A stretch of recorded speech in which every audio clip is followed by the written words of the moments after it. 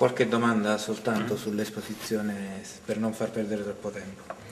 Mi piacerebbe che tu spiegassi direttamente il senso dell'esposizione che tu hai pensato per la Biennale di Venezia e che pensi di riproporre qui a Potenza. Può parlare in inglese? Yes. Okay. So I didn't know much, I must say, about Potenza. It's my first time here, but it's really a nice experience. It's also very interesting, I think, because when I saw the space, when I saw the museum with this very nice modernist constructivist architecture, and when I saw the city, which is to a large extent also a modern city, I actually thought that it is very much connected to the questions I was posing myself in the exhibition, because the exhibition, one of the aspects of this show was certainly the issue of modernity.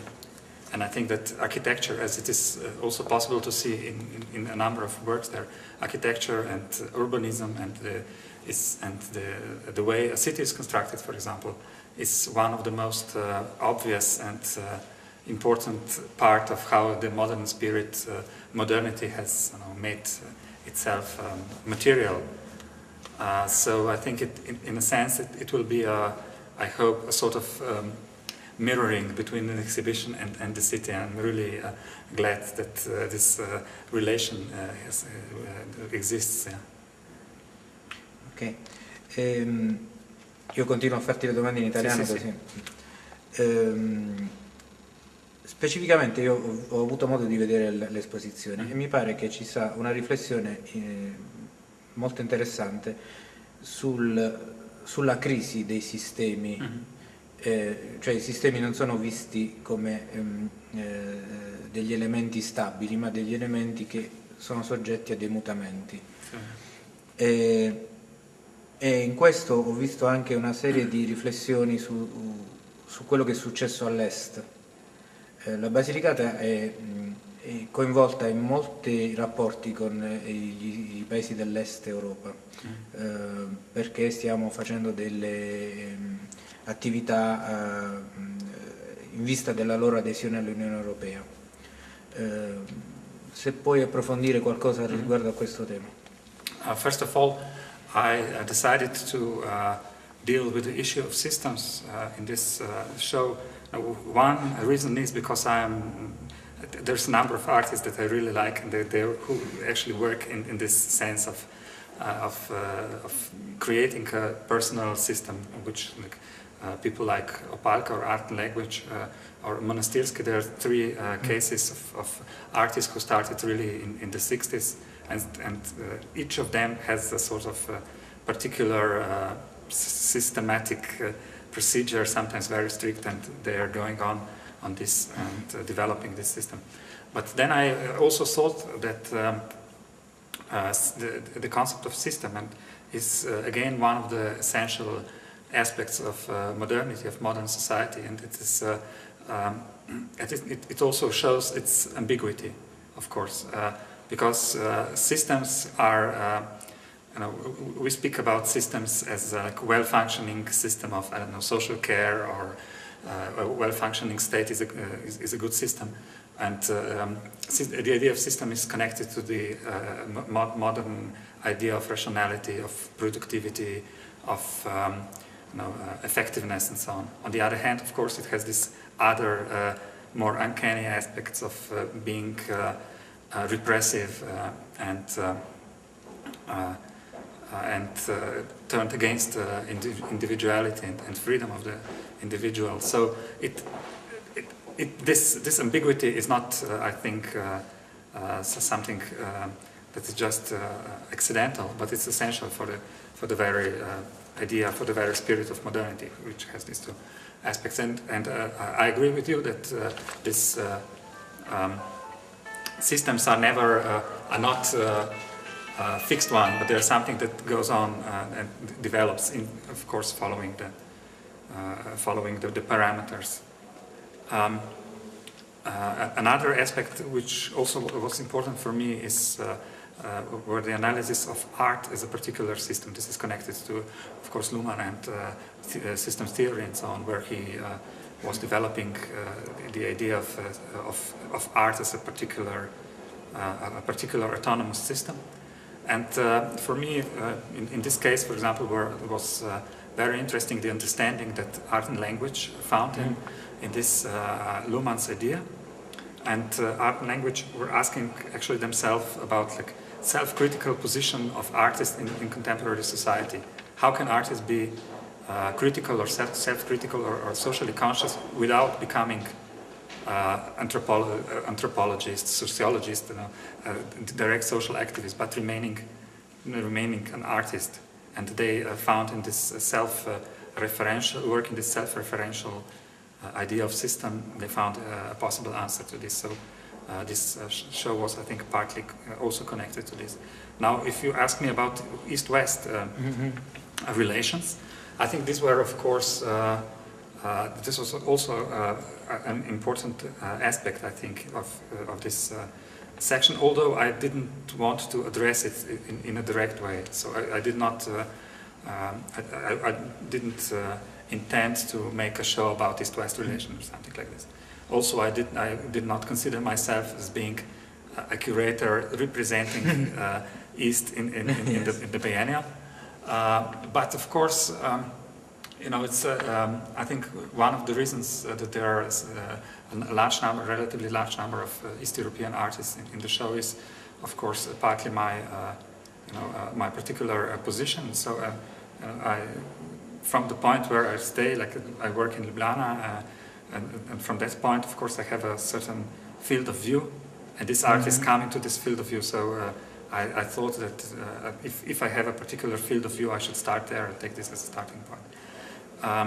Also, in our museum, Moderna Galleria, Museum of Modern Art in Ljubljana, we've been dealing for quite a long time very actively with the connections with East European art.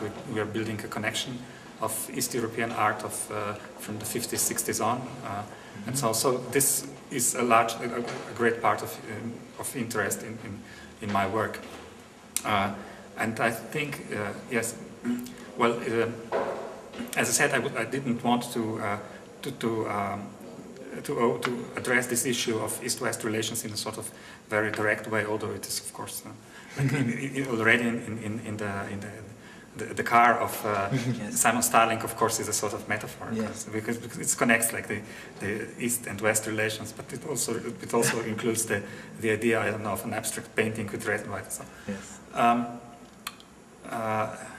I think that it is again we could apply the issue of the systems to these questions. If you construct a system, you construct an interior, and then you have a periphery and exterior, and then you have a systems of inclusions and exclusions, and yes. This is something that Eastern Europe has been experiencing. So it is how shall I say, an experience of an Eastern European artist and curator, so shows sometimes very directly this tension between being included and being excluded, or being treated as a representative of something. So this is, but l'adesione dei paesi all'Unione Europea, per esempio, è un processo di inclusione. Yes, of course, and it's changing. I don't say that nothing has changed. I think like I've been following this for like 10, 15 years now. So I can say that this relation has changed very much. And so the situation of a young Eastern European artist today is essentially different from the one of 10 years ago. So it is integrated to much higher extent as it used to be. But it's, of course, we still have this a little bit tension, and again it is different from my experience. If you go to Britain or somewhere else, then you don't meet so much interest but it's different for the countries that are closer to the new member states, for example, who have more vivid relations and also more interest for this art. L'ultima domanda, poi lascio a lui. Ho visto anche una grande attenzione alla problematica dell'arte rispetto alla società. Non so se conosci, probabilmente sì, tutte le polemiche sulla nuova povertà che ci stanno nel settore economico, e quindi i saggi di Amartya Sen riguardo alla misurabilità del benessere. E ho trovato molti punti di contatto in questo, nella tua esposizione, nella tua mostra. I think that's absolutely correct. I think that this show from the very beginning on was based on reflections about the relation between art and society, and also it was a sort of its starting point was to a large extent also a certain feeling of how should I say, powerlessness when confronted to what's going on in the world. Like, you have war, you have this growing differences and between the rich and the poor and so on. So, and then you have, of course, a certain this activity in art, and very often, I mean, I keep asking myself whether it makes any sense to deal with art when you are confronted to the real problems. So it is a sort of it's an attempt to find possible answers. How can art address this its relation with the society, and if yes, in what way? So I thought first that this response is in this case is first that I admit the autonomous position of art, which means that it is something else as a direct social action in a sense. And the second plan is to introduce certain concepts which are also, in my opinion, essential for understanding and functioning of society. So the concepts of system, but also it was the idea of utopia, of course, was also present, of social utopia, and its other side, which sometimes develops into totalitarianism and so on. So I think I often thought about Adorno, who in one of his essays, I think from after the Second World War, said that perhaps today, in his situation, he thought he didn't mean it, I think, general in every situation, but in the autonomous art is the real political art and not the so-called engaged art. And I thought that maybe we can think also in this direction, that sometimes it's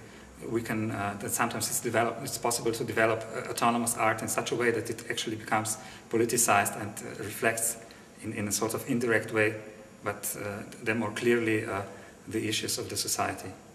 So it will not, I'm afraid, solve any real problem of poverty or of social struggle and so on, but it can maybe, be I don't know, a little step into a sort of reflection, of self-reflection of the society.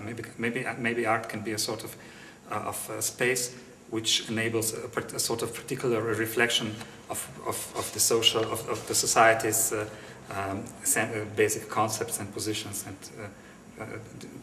in this sense maybe it can be useful. But I also think that there's another aspect, after all, that if you have art, then art is in some ultimate sense important by itself, and not because it makes some kind of particular practical role in the society. And this aspect also I wanted to include to a certain extent. Allora, ti faccio una domanda io. Premessa, io conosco di te ben poco, se non la lettura di questo foglio, premessa necessaria. Però da quello che ho letto mi pare di capire che la tua mostra è la mostra delle mostre, nel senso che in un unico contesto ci sono elementi differenti e talvolta anche stridenti tra loro. anche in contrasto. Allora, seguendo il percorso logico con il quale tu hai costruito questa mostra, per sommi capi ci dici come hai messo insieme questi elementi? Well, I think indeed I included very different practices and approaches. Also, the artists belong to different contexts and to different generations. I think for all of them, what is sort of common for all of them is a sort of how shall we call it, a sort of a strict way of thinking. So they are. I mean, they have very different systems, if I may say so. But they always think in a very consequent and strict way. Many of them are, not all of them, but like many of them are really also formally very precise. So this was possible. Like I could then see this when we were actually installing the show, how all these artists, they all wanted to be in the installation. They all wanted to install their work themselves, and they were extremely precise in installing everything. It was really, we had a small number of artists, but they were all like terribly precise, and like millimeter up and down and so on. And I think it makes a connection to the very character of the exhibition and the way how they are thinking. Gli elementi interagiscono tra loro? Well, I think that actually I was trying to find the connections between different approaches and practices. I was trying to find the parallelisms and also connections. Yes. Quali sono gli elementi più o meno? Cioè, spiegaci il visitatore cosa vedrà. So it was I limited the section to a relatively small number of artists. Quanti ne it sono? was 15 artists.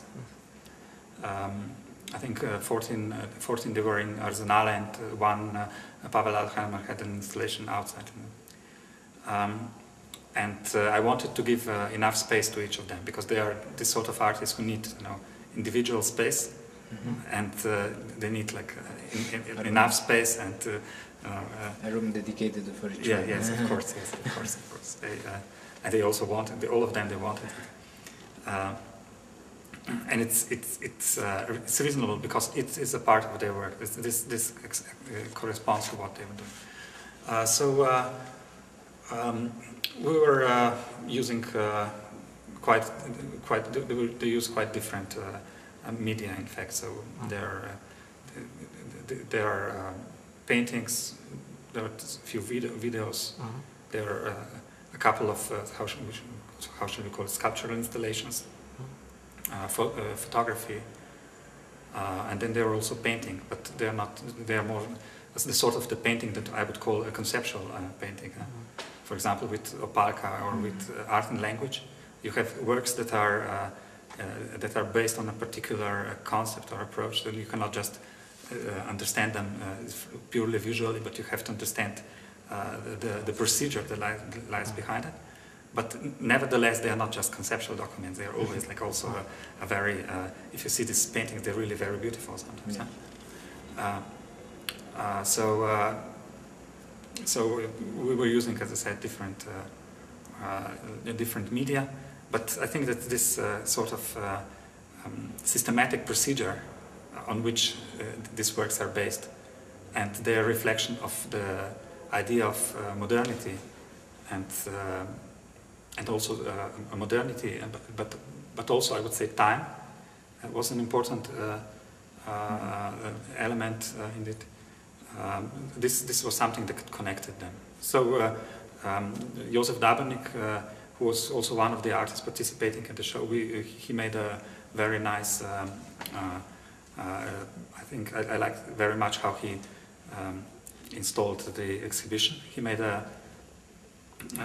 architectural plan that itself was a sort of system, and it was connected. Palazzo di Ceausescu. The Palazzo di Ceausescu was was his project. It was really a totally utopian urbanist project that he did for a real urbanist competition for Bucharest, when he took the level of Ceausescu's palace as a sort of unit and then just expanded it. But the fact is that the architecture of the show was connected to this, because itself he also constructed a sequence of open and closed spaces, and he did it in such a way that the height was diminishing. So he in this way he made the impression of the perspective stronger, and it corresponded to this project of Ceausescu, and also to his, how should I say, ironical, half serious admiration of modernism, but not only modernism, but also if it's how should I say, totalitarian aspects in monumental scale. Yeah. So this was the, how to say, the main structure, and then we installed the works inside. So it started with Simon Starling's car. It was a video of Balka's painting. So it was like a sequence of spaces and with these individual presentations. Yeah. Okay. Molte grazie.